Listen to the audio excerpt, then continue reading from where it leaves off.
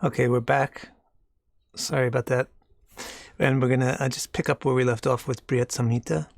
Let me get the text open on my other book, Astrology books. Okay.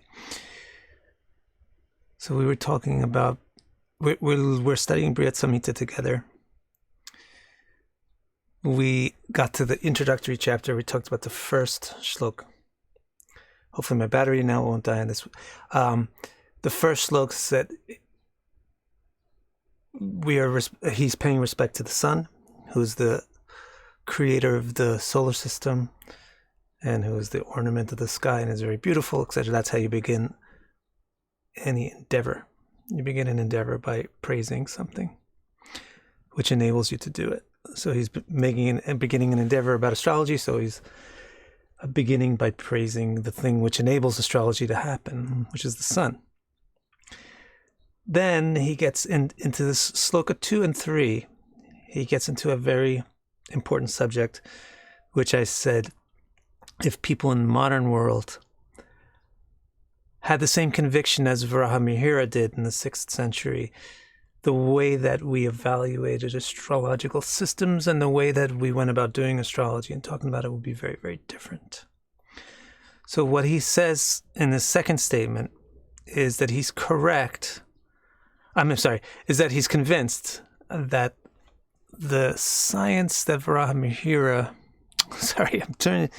can't get my brain straight. All right. He says that he's convinced. Let me see what I should see and not see. He's convinced that Brahma, now Brahma is the Adikavi, or the first scholar. So he's convinced that this original scholar, Brahma, has come up with the science or system which is very correct and accurate. And he's going to write a book to explain Brahma's system. And he's going to make that book have similar integrity to Brahma's system. So it's going to be scientific and correct. And he doesn't want to make it too long or too short.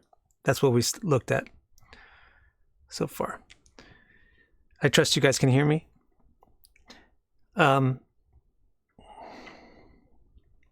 That in and of itself actually would revolutionize the world. Just that concept that Varahamihira is not saying, hey, look, guys, I'm a genius. And I have this new technique. And I'm going to explain this new thing. I'm going to come up with a new thing, and then I can sell readings about it. He says, look, the originator of this science knows it the best, and I'm going to try to explain what that person understood. If you thought about it that way, if we thought about astrology that way, we would have very different systems of astrology than what we have today with a billion, zillion asteroids and all this stuff. Now, the next thing that he writes is very interesting. He says, simply because this ancient work was composed by a sage, right? It should be good. So this is an interesting point of view, because actually people these days would probably say just the opposite. Just because something was written by a sage doesn't mean it's right. But actually, you're wrong. Just because something was written or stated by a sage means that it's right. It's just like if I say, if the Center for Disease Control makes a statement about coronavirus, it's probably an accurate statement as compared to if my next door neighbor's grandmother makes a statement about it. Or if I say that if a PhD in mathematics makes a statement about numbers, it's probably more important of a statement than if I make a statement about it, right? So if a sage means someone who knows, someone who's experienced, someone who is good at something. Like if an expert baseball player tells you how to swing a baseball bat, it's probably better advice than if a regular Little League coach tells you, right? But today people don't have that concept anymore. Today people think everybody is the same. It's all equal. And if Joe Schmo, how can, and they'll get mad at you if you say that, hey, this modern astrology on YouTube is not hot stuff compared to Varaha Mihira or compared to the sages who spoke to Puranas. They'll get upset with you. How can you be so backwards thinking? Well, that's how Varaha Mihira thinks. He says, just because a sage like Brahma, the Adikavi, the original sage, simply because he created the science, that alone means it's good. And then he says, if something is written by an ordinary man of the present day, it could not be so good. You see, you guys still don't get it. You're saying trust should be earned, blah, blah, blah. Well, maybe you get it. Trust should be earned.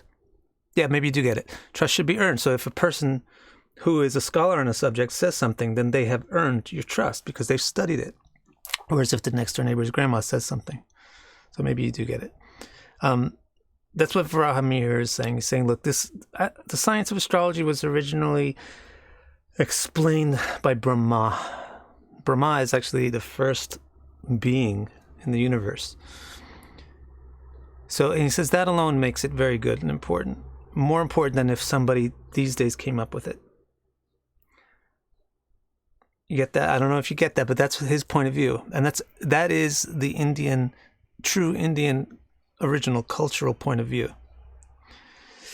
And but then the question is, but look, so then why are you writing a book? If what this Brahma said a billion zillion years ago is so great, then why do you got to write Brihat Samhita? So he explains himself. He says, when the sense conveyed by both the ancient sage and the present day person is the same, but just the words are different, then why should there be any distinction of the two?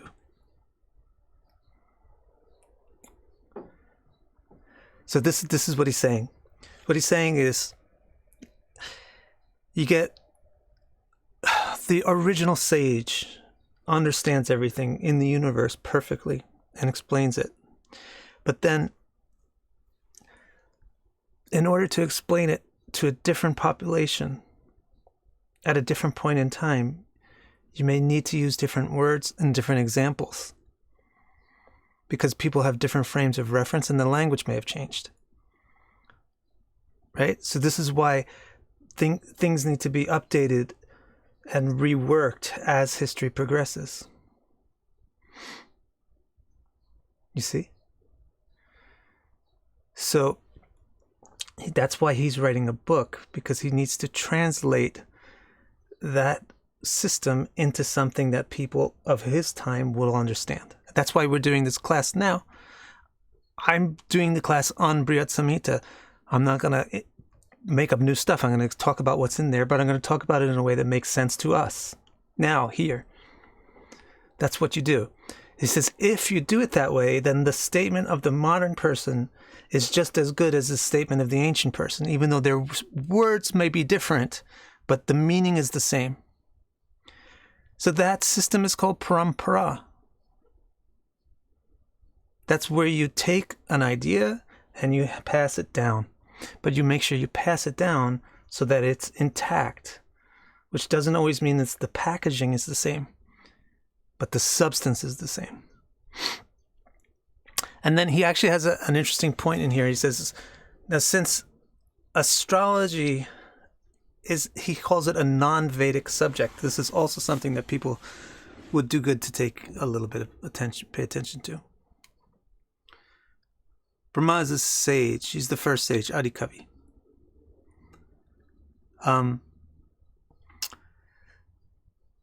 It's a non-Vedic subject. Now, what does he actually mean by this? He means that it's not Shabda, it's not Shruti, it's Smriti. It's Shabda, but it's not Shruti. It's Smriti. So Vedic texts are in two divisions. One is something called Shruti, which means it has a certain sound. Shruti means actually sound. Like a note on a piano or something is called a Shruti.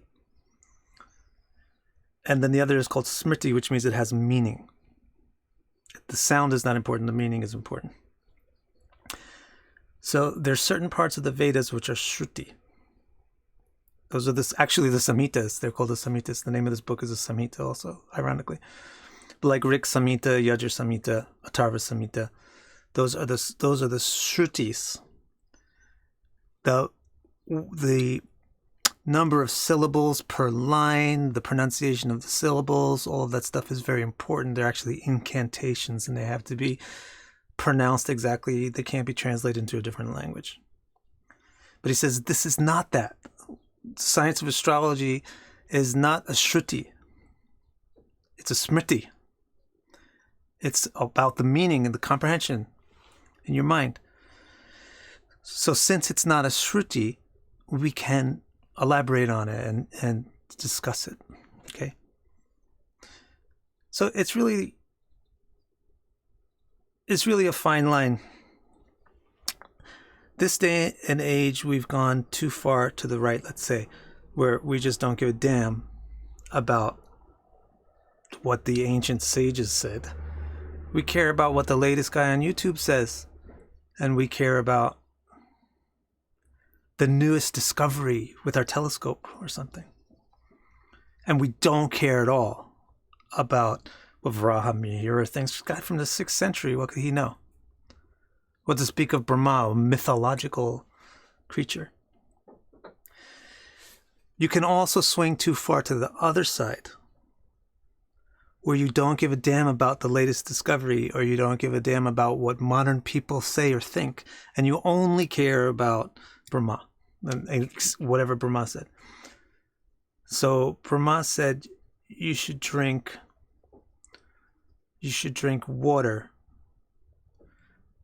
I can't really think of a good example, but if Brahma says you should take a bath before you do this ceremony. Well, I guess I can't do that ceremony because I only have a shower. It's like, it's too much on the left. You're too much only thinking in that person's time. You have to be in the middle, where you are updating your presentation and comprehension with the norms of what's going on around you currently. But it's always in fidelity to the essence of what was originally stated. And that's what this Brihat Samhita, what he proposes he's going to be giving us in this Brihat Samhita. What he says he's going to give us in this book is the science of astrology as was explained by Brahma, but explained in a way which is neither too brief nor too elaborate, so that his audience, which is basically the same as us, can understand it. All right, so that's what we're going to do about each day. We're going to do about a half hour's worth of study. And then, actually, maybe I could just get to the end of this one. Let's see, now he's going to go into... Let me get up to the end, 2 more slokas until it starts another section. He says, it's been declared by our grandfather. That's one way of talking about Brahma. That the day of... So he gives an example. It's been declared by our grandfather, Brahma, that the day of the week belonging to Mars, so in other words Tuesday, is not auspicious. People of our generation have also stated that the weekday of Mars will not prove good for beginning or doing, right? It's not good to do, if you're doing an election for most acts, unless they're martial type of acts, then Tuesday's not a good day to start it. So he says, look,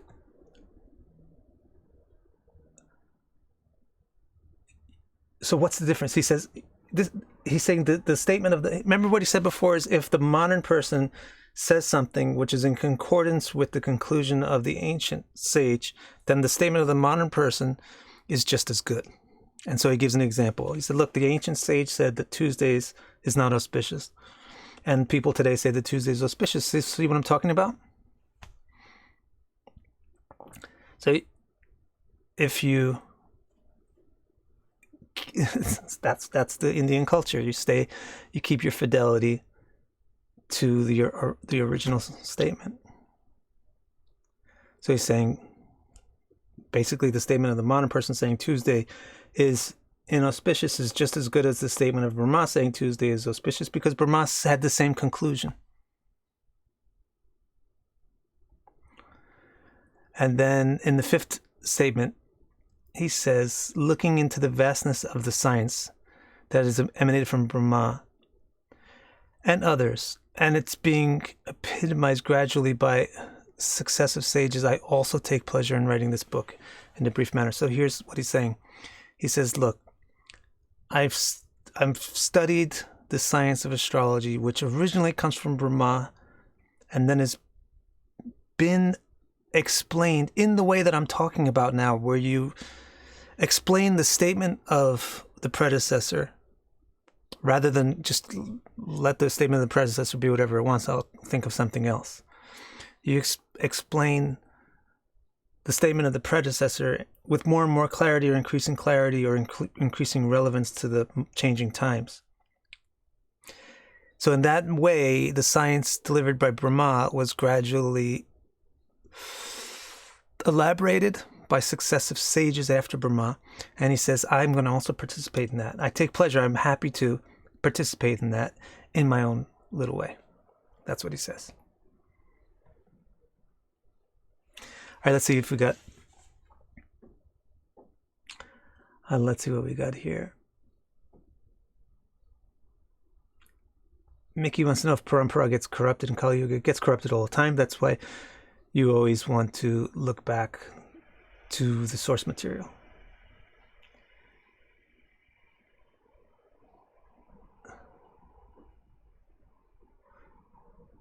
Bardo says, wait a second, isn't this transfer of essence or original meaning of teaching supposed to be on a personal level when you're in direct contact with Guru? Yeah. How could you get... Of course, you're in direct contact with Guru, but you're listening to Guru. All right, guys. So that's it. So tomorrow we'll start up again with the 6th shloka. And now I'm going to take 2 or 3 minutes to set up a different stream, and then I'll start the Bhagavatam stream. That's what I'll do every morning. I wonder if I should do it one day and another day.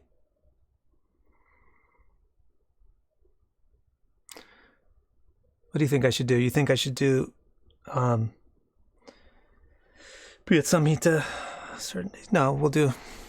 Okay, so I'll see you in 15 minutes or something, 5 minutes for the Bhagavatam. Let's see. We'll test it out and see how it goes. Okay, see you in a bit.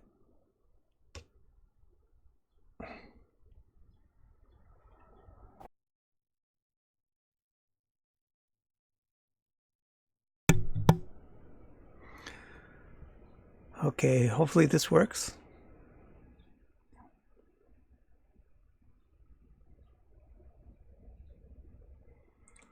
It isn't too much of a pain. Seems that we are live. And hopefully the battery won't run out. Okay, so we want to begin a study of the Srimad Bhagavata Purana. So this book opens with a statement, Om Namo Bhagavate Vasudevaya.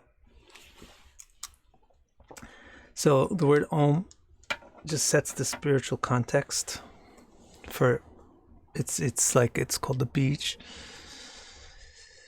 forget the exact word. It's the seed of a statement, so it sets the context for the statement. It's supposed to be before any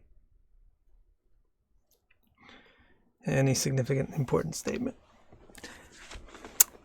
I think I will change. There's too much setting up and pulling down. So I think I'm going to change. I think I'll do Brihat Samhita on one day and Bhagavad Purana on another day. But anyway, for now, let's keep going. Om Namo Bhagavate Vasudevaya. So it's saying this is a spiritual work, and then it's saying Nama, just like with Brihat Samhita. The way to begin any endeavor properly is to pay some respect towards the focal point of the endeavor or the enabler of the endeavor. So that's what the word Namo means. Namas, Namo. And then Bhagavate Vasudevaya. So the Bhagavatam is going to be about Bhagavan Vasudeva. That's what the statement means. We're going to learn immediately, we'll even start to look at it today, what or who is Bhagavan Vasudeva. In fact, why don't we just do that?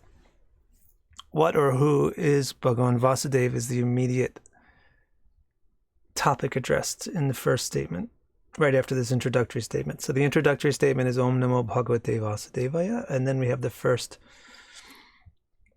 shloka in the Bhagavatam. Now, the Bhagavatam is an original work by Vyasadeva, a person of quasi-legendary status from ancient Indian history, who is the editor of the Vedas that were originally spoken by Brahma. So Vyas edited them. In editing the Bhagavad Purana, he edited so substantially that we can consider it an original work. And then he taught it to his son Shuka, and then Shuka explained it to Parikshit Maharaj, an emperor. And then Suta Goswami was there when Shukadev was explaining it to Parikshit. So then Suta Goswami explained it to Shonaka in the forest at the beginning of Kali Yuga. So the Bhagavatam that we have now is these three layers: an original composition by Vyas, then the explanation of it by his son Shukadev, and then the explanation of that explanation by Suta. So the opening statement here is probably a statement written by Vyas, and it goes like this: Janamadhyasya yaton vayaditaratas chartesho bhigna surat tene brahmaridhaya adi kavaye muhyanti yatsurya tejo vani mridam yatha vinimayo yatra trisargom rasha Dhamna Swaina Sada Nirasta Kuhakam Satyam Param Dhimahi. So, very, very nice, poetic statement encapsulating the entire meaning of the Vedas, the whole of the Vedic philosophy. And it explains who and what is Bhagavan Vasudeva. Om Namo Bhagavate Vasudevaya. Well, who is Bhagavan Vasudeva? So the statement explains. Let's see how much we can get through today. Statement begins by saying Janmadhyasya Yata. That very statement, Janmadhyasya, is... I'm just so suspicious that there's only 5 concurrent viewers. Hopefully it's working.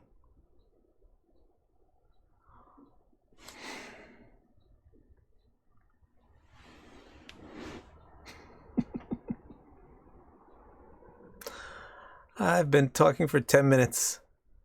No. So I apologize. I forgot to press one button to make it go live. Let's start now. Welcome to the study group 4, the Bhagavad Purana, also known as Srimad Bhagavatam.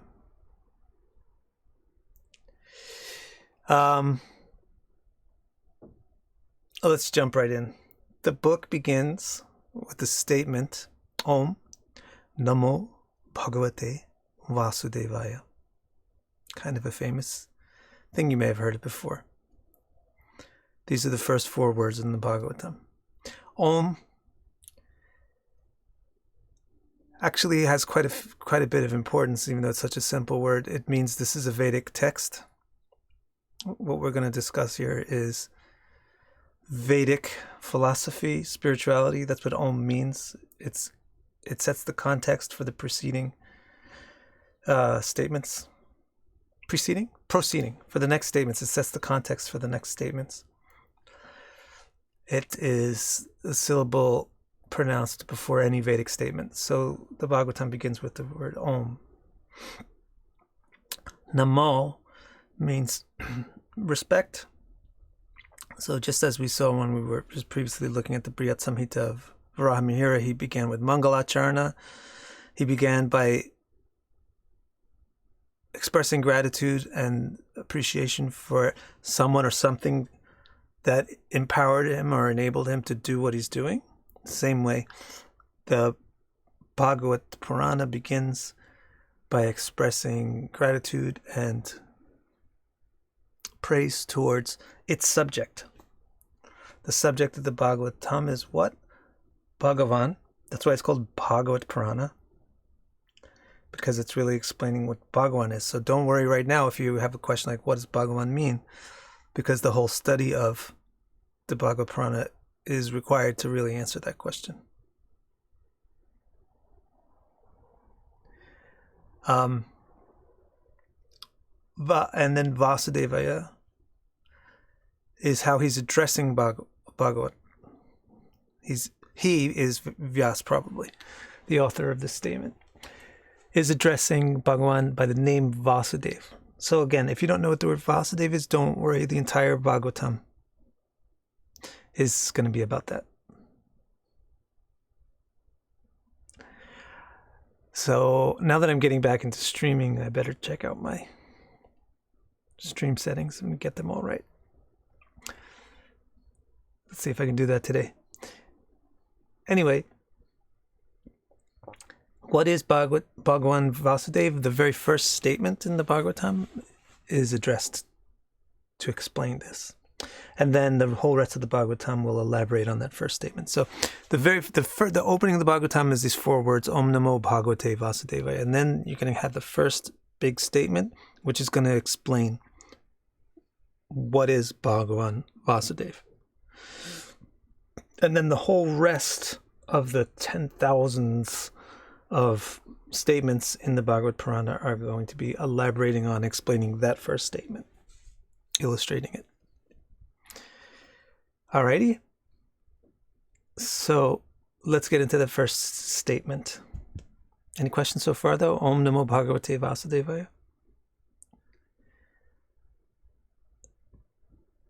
Now, the first statement in the Bhagavatam, probably the most important statement. Janmadhyasya yaton vayaditaratas charteshva bhighna surat tene brahmaridhaya adikavaye muhyanti yat suryaha tejo varimridam yata vinimayo yatra trisargon mrisha Dhamna svena sada nirastakuhakam satyam param dhimahi. That's the first statement of this wonderful Purana. So it starts off by saying Janmadhyasya yata. What is Bhagavan? Bhagavan is Janmadhyasya yata. This is also the first statement. The second statement, actually, right after the opening statement of Vedanta Sutra, or the Brahma Sutra. So that indicates, not only do we have the word Om indicating that this is a Vedic text, then we have Janmadhyasya beginning the work, meaning this is a text which will explain Vedanta.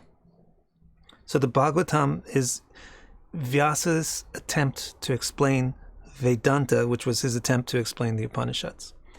And I have low batteries, so that will probably limit how much time we can spend on this today. But so let's just try to get in this one particular phrase today. Janma means where things come from.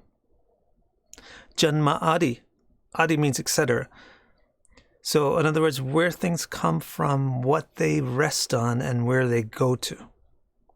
So in other words, creation, sustenance, and destruction. That's indicated by the word janmadi. Yasya, of this, yata, from that. So in other words, it's saying everything which is created and everything which exists and everything which gets destroyed is created, maintained, and destroyed by that. So what's Bhagavan? The first explanation of what Bhagavan is that it's the source, the beginning, the middle, the end of everything. It's the source, the substance, and the destination. It's the origin, the substance, and the destination of everything. Everything that you see right here and right now is actually a manifestation of Bhagavan. So that's an important thing to grasp, because we're all fascinated by something. Some of us are fascinated by a video game. Some of us are fascinated by a woman. Some of us are fascinated by a man. Some of us are fascinated by money. Whatever. People are fascinated by the origin, essence, and ultimate end of anything that you might be fascinated with is Bhagavan. So it's like saying, hey, you like pizza? You better go to the pizzeria, right? So it's like saying, hey, you like this exciting feeling? Well, you better go check out Bhagavan, because that feeling is a manifestation from Bhagavan. So if we're smart, then in our quest for excitement and happiness, we should look to Bhagavan. That's the opening statement. Since I have a low battery, we'll probably keep it at that. Let's see what Madhusha has. Brahma Sutra is Vedanta's text, and Bhagavad Purana explained by Vyasa is another text to explain Vedanta from the essence of the Upanishads. Yeah, just a very brief history of the Veda is that it was originally given to Brahma in his heart. That will be explained in this opening statement, by the way, by Vishnu. And then Brahma explained it to some sages who he created, and then they expressed it in mantras. Then it was passed on for many years, but over time became confusing. And then Vyasa, at a certain point in history, not too long ago, in terms of thousands of years, had to edit it. And as Vyasa was editing it, he realized he has to make it really brief, so that because people have short lifespans and short attention spans. So he created something new called Vedanta Sutra, which was him just showing you the essence of all of the Upanishads, because the Upanishads are already intended he edited Upanishads out to bring out the philosophical content of the Veda. And then he then summarized the Upanishads in something called a sutra, the Brahma Sutra, the Vedanta Sutra. But then after writing that book, he didn't feel satisfied because it was too mystical or codified. So then he wrote this particular book that we're studying, Bhagavad Purana, to flesh it out more. Okay? Madhusha, that's my response to that. All right, so we'll end it here for today. We'll do this every day around this time. Thanks for joining me, and hopefully you come back tomorrow.